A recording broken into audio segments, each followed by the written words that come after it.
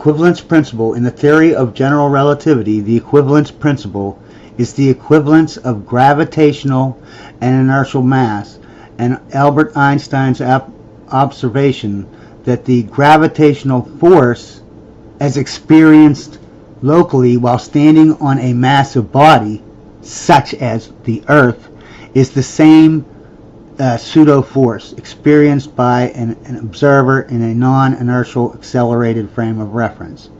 But you notice how the equivalence principle says that you, while standing on a massive body such as Earth, it says it right. He won't say it because he's a lying piece of woke garbage, right? I actually like this guy. He's a cool guy. But he is woke. It says right here, you have to be, the equivalence principle says you have to be standing on a massive body such as the Earth. You can't just be floating over top of it. For an observer falling freely from the roof of a house, the gravitational field does not exist. We now know this as the equivalence principle. It states that there's no experiment that you can do to distinguish a frame of reference in free fall within a gravitational field from a frame of reference floating off in space in the absence of gravity. Provided and guess what? There's no time dilation out in the outer space, so there's no time dilation in free fall, right? Because they're both inertial, and you don't have time dilation in free fall.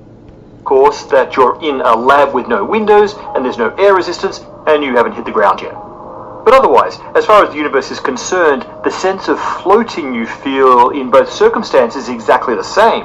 Likewise, the sense of weight that you feel stationary on the surface of the Earth is identical to the sense of weight that you would feel accelerating at 1g distant from any gravitational field, at least as far as the laws of physics are concerned. The general theory of relativity. General relativity, or GR, explains the force of gravity as being due to curvature in space and time. Mass and energy change the lengths of rulers and the speeds of clocks, and somehow those changes lead to objects. See, he's saying length contraction, okay, is not true. It's a lie, okay. It's a mathematical construct, okay. Just like this paper. Yeah, you see how it gets length contracted. See how it gets, but it's not that it's actually getting length contracted. Your perception is getting contracted, okay? Your vision is getting contracted. You see, a length is a description. It's an adjective. Okay? It's not a noun. So you can't contract it, okay? It's like pretty. You can't contract pretty, okay? Because it's red. You can't contract these things because they're not things. They're adjectives. Clocks run slow in gravitational fields. Our GPS satellites tick fast. Yeah, if you're touching the planet, yes, you will get time dilation. Faster by a factor of 1 in a billion, enough to throw their position accuracy off by 11 kilometers per day. Yeah, because the Earth is time dilated compared to the inertial person in the satellite or whatever. Yeah, there is a time difference, but this guy is not being time dilated. Only the guy on Earth is being time dilated. This guy could be 1,000 miles, a million miles away. You know what I mean?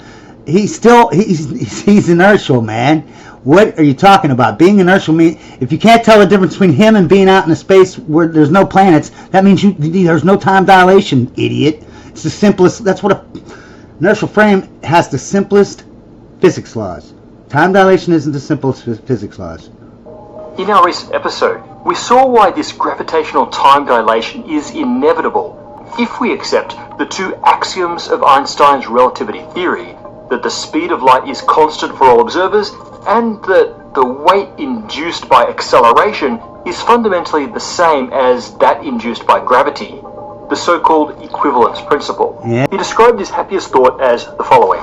For an observer falling freely from the roof of a house, the gravitational field does not exist. Yeah. But none of this is very satisfying. We know that gravity must cause clocks to run slow on the basis of logical consistency. And we know that gravity does cause clocks to run slow based on many brilliant experiments. Yep. And we know that if you are free falling and you have an accelerometer, it will say that you are inertial. If you're on Earth and you have an accelerometer, it will say that you're accelerating. We know we've done it, and we know the floating ball test where you can do test. We get it. I never explained why or how gravity causes the flow of time to slow down. And I'm not going to explain it now, because in a sense it's not true. Gravity does not warp the flow of time, it's the other way around. The warping of time causes gravity. How is it that time causes gravity? Let's start with a teapot. A nice china teapot. Oh, what happened to... Whoa. He's going to use the equivalence principle on... What? He just said the equivalence principle, where you get time dilation and all this other kind of stuff. The equivalence principle, it's based on touching the planet. I don't see this teapot touching a planet. Hanging in space, minding its own business, absent a gravitational field or any forces, if the teapot starts motionless, it will stay that way. At least, it stays motionless with respect to the 3 dimensions of space. Everything is moving through the dimension of time. We can show this with our old he's saying no. He's saying time is a dimension. Time is not a dimension. He's a liar. Time is a result of you moving through space. Your synapses are getting further apart, so you can't think as fast. It goes with clocks that are mechanical. It goes with all physics. Acceleration, anything. You're always throwing photons on stuff for your synapses to talk to each other, or your photon clock to talk to each other, or whatever. Okay, or your atom in a hand of a clock. The first atom gets told to turn. It doesn't turn the whole clock hand. It just, that one atom moves, and then it throws a photon to the next atom and says, hey, move. And then he moves and throws a photon to the next atom, and so on and so forth. But if those little lines in between those atoms where they're throwing photons, if you're moving, they get longer. Yeah, so all physics slows down. There's no time dimension, you liar. A dimension, by definition, is an adjective. Okay, like big, like a surface, something like that. Length. These are adjectives. Okay, big. All right. He's a liar. Diagram. Let's have just 2 dimensions of space, so we have space for time. We show progression through time as the object moves up. You could say that it has a positive velocity through time and 0 velocity through space. Okay, now let's add a second object, something nice and massive. The planet Earth will do. We know that the presence of energy and mass warp space-time, and the most intense part of that warping is in time, our gravitational time dilation. Things closer to the Earth move through time more slowly. For an observer falling freely from the roof of a house, the gravitational field does not exist. The following. For an observer falling freely from the roof of a house, the gravitational field does not exist. We can show this as a bunch of identical clocks. They tick as they move up. Clocks closer to the Earth take longer to tick for these clocks are just floating there. Okay? Now, the only way that they can be time dilated, like he's saying, is to be attached to the Earth. Okay? That's one way, have a pole coming out. The second way would be to have rockets on these, because these clocks, they're just going to fall down to Earth, right? They're not going to stay there being time dilated. They're going to be inertial. They're not going to be time dilated, and they're going to fall to the Earth. Okay? But if you accelerate them, right, at the same exact rate that the geodesic is accelerating, the gravity in the other way. If you accelerate away from the planet at the same exact rate as the gravity, so that you're standing still relative to the Earth, right? Yeah, then these can be all time dilated. And you can have a pole coming up here with another clock right next to these ones, and they'll be time dilated exactly the same way that the ships are, depending where they are, the radius from the Earth. This is bull, man. Every tick on a distant clock. Velocity through time increases away from the Earth. But he said the equivalence principle only works if you're touching the planet. None of these clocks are touching the planet. What is he talking about?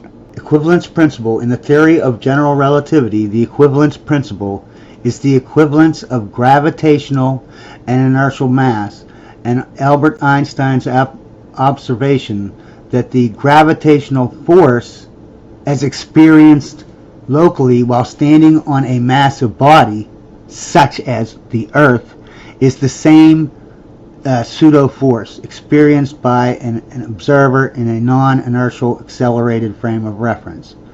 But you notice how the equivalence principle says that you, while standing on a massive body such as Earth.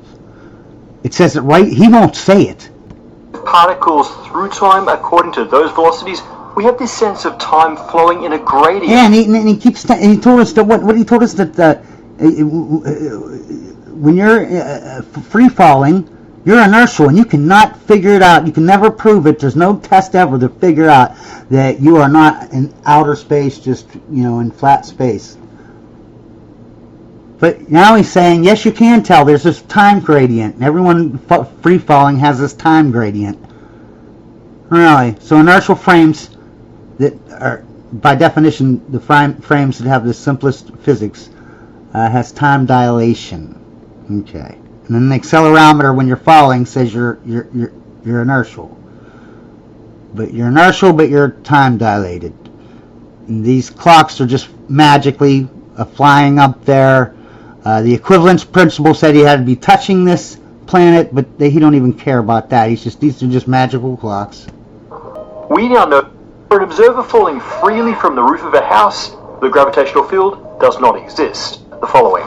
For an observer falling freely from the roof of a house, the gravitational field does not exist. Faster streams distant from the Earth, slower streams near it. Kind of like how water in the center of a stream flows more quickly than at the edge, where the shallower stream bed drags on that flow. It's almost like the Earth's mass creates a drag on the... How are these things attached to the Earth to have the equivalence principle even be brought up about this? And how are these clocks floating here? They're either accelerating by a rocket, and then they're staying where they're at, and then they're time dilated because of the acceleration of the rockets, or they are falling and they're inertial and they're not time dilated. You liar, okay? Flow of time around it. So, what happens to an object sitting in this stream of time? Parts further away. See, it's sitting in this stream of time. What? He's not. What about the equivalence principle saying that you have to be touching the planet? Look at that. It says right here. You have to be. The equivalence principle says you have to be standing on a massive body such as the Earth. You can't just be floating over top of it, okay? From the Earth age faster, right? Well, yeah, but that's not all. We can think of any object as being made of many tiny clocks, each atom, each subatomic particle trying to tick at its own rate. And each of those clocks has... There's no clock, okay? There's no clock, okay? If you're standing still, where your photon thing goes up like that, and you're not moving, then that's 1 second, If you start moving, that line gets longer. And as a consequence of that, information and physics all slow down, okay? There's no clock involved. It's just you change the distance of the light giving information about acceleration, physics, your thinking, your metabolic processes.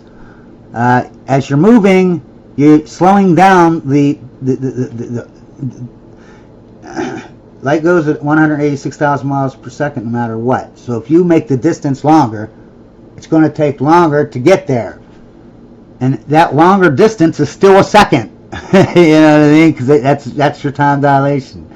It's just like if you turn down the information flow on a movie projector, right? You slowed it down, right? You slowed down the information that was put up onto the screen. It would look like that was slow and like it was time dilated, right?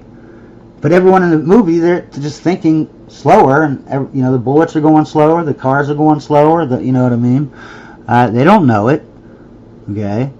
And then what happens when I feed you the information even faster? Yeah, it starts getting faster and faster, and now it's up to normal. And then I turn it up, give you the information even further, right? And I turn that projector up so the movie goes really fast. Disperse the information faster, time goes faster. If you slow down physics for everything, including your thoughts, and you can't process anything as fast, then time is going to slow down. It's like, this is insane.